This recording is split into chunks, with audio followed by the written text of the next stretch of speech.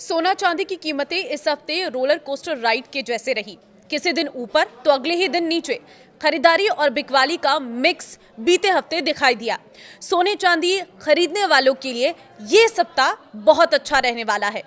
किस तरीके का आपको भाव देखने को मिल सकता है और आने वाले हफ्तों में क्या स्थिति रहने वाली है, इस रिपोर्ट में बताएंगे। नमस्कार, मैं हूं आपके साथ ममता तिवारी। आप देख रहे हैं न्यूज़ 18 का डिजिटल प्लेटफॉर्म। सोने और चांदी की कीमतों में और गिरावट देखने को मिल सकती है। हालांकि सराफा बाजार में उतार चढ़ाव जारी रहने की संभावना है। एक्सपर्ट्स ने कहा है कि निवेशक अमेरिकी अर्थव्यवस्था के महत्वपूर्ण आंकड़ों जैसे महंगाई दर, सकल घरेलू उत्पाद जीडीपी और फेडरल रिजर्व की नीतियों पर खास नजर बनाए हुए हैं। एक्सपर्ट्स के अनुसार कारोबारी संभावित ब्याज दरों में कटौती का समय और गति समझने के लिए अमेरिका के श्रम संबंधी आंकड़े, federal open market committee FOMC की बैठक के विवरण और फेड अधिकारियों के बयानों पर नजर रखेंगे। घरेलू बाजार में मल्टी कमोडिटी एक्सचेंज MCX पर चांदी के वायदा भाव में पिछले हफ्ते 5,532 रुपए यानी 2.2% की गिरावट देखने को मिली थी, जबकि सोने की कीमतों में 444 रुपए यानी 0.3% की मामूली तेजी दर्ज की गई थी।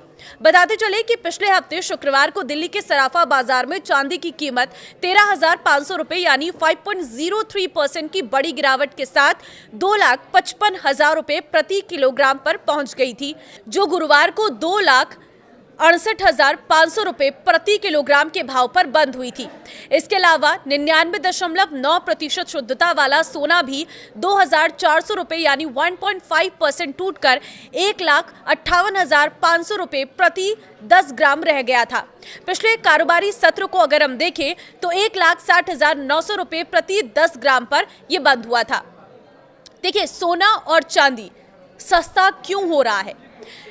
तो देखिए, इस पर अगर हम बात करें तो एंजल वन के उपाध्यक्ष अनुसंधान गैर कृषि जिंस और मुद्राएं प्रथमेश माल्या ने कहा है कि फरवरी 2026 में सोने की कीमतों में गिरावट आई है। 13 फरवरी की कीमतें 1,80,000 रुपए प्रति 10 ग्राम के उच्चतम स्तर से घटकर लगभग 1,53,800 रुपए प्रति 10 ग्राम हो गई है। उन्होंने कहा कि उम्मीद से अधिक मजबूत अमेरिकी रोजगार आंकड़ों ने निकट अवधि में दरों में कटौती की उम्मीदों को कम कर दिया है, जिससे पिछले सप्ताह सोने की कीमतों पर असर पड़ा है।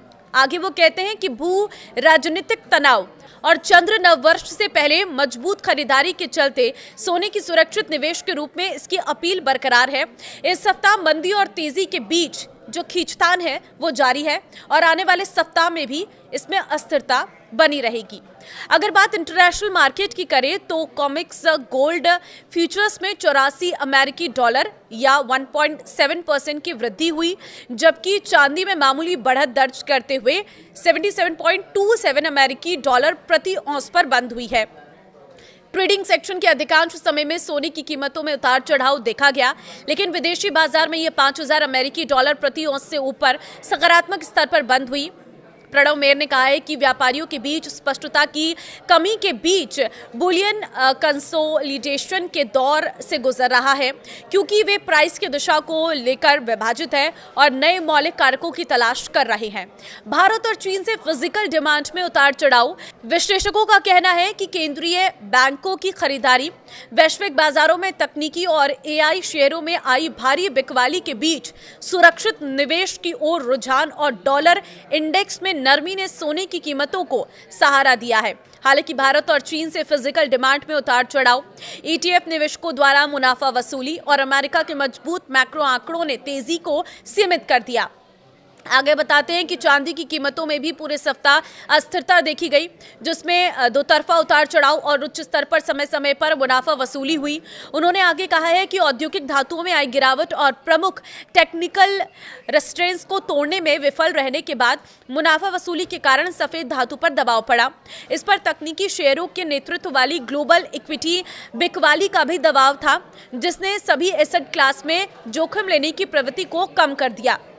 देखिए, विश्लेषकों का कहना है कि निकट भविष्य में सोने और चांदी दोनों के सीमित दायरे में रहने की संभावना है, क्योंकि निवेशक फेडरल रिजर्व की मौद्रिक नीति के दृष्टिकोण और व्यापक वैश्विक आर्थिक दिशा पर अधिक स्पष्टता की प्रतीक्षा कर रहे। तो आने वाले हफ्ते की बात करें तो मार्केट एक्सपर्ट्स ज्यादा आशावादी नहीं है। उनका कहना है कि यही उतार चढ़ाव इस हफ्ते देखने को मिल सकता है।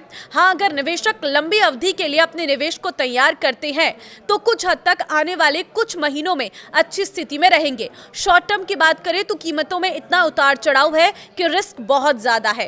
तो अब आपकी मर्जी, आपको सोना खरीदना है, चांदी खरीदना है या नहीं। लेकिन इस वक्त कीमतें कम हुई हैं, कुछ और समय के लिए कीमतें कम होंगी और उसके बाद कीमतों में बढ़ोतरी भी हो सकती है, ऐसा मार्केट एक्सपर्ट्स का मानना है। तो इस वीडियो को शेयर कर दीजिए उन लोगों के साथ जिनके घर में शादियां होने वाली है, जो सोने की खरीदारी करना चाहते थे, क्योंकि अभी कीमतें कम हुई है। इस समय खरीदारी करना उनके लिए प्रॉफिटेबल हो सकता है। फिलहाल इस वीडियो में आपकी क्या राय है सोने चांदी को लेकर, मुझे कमेंट में राय जरूर दें।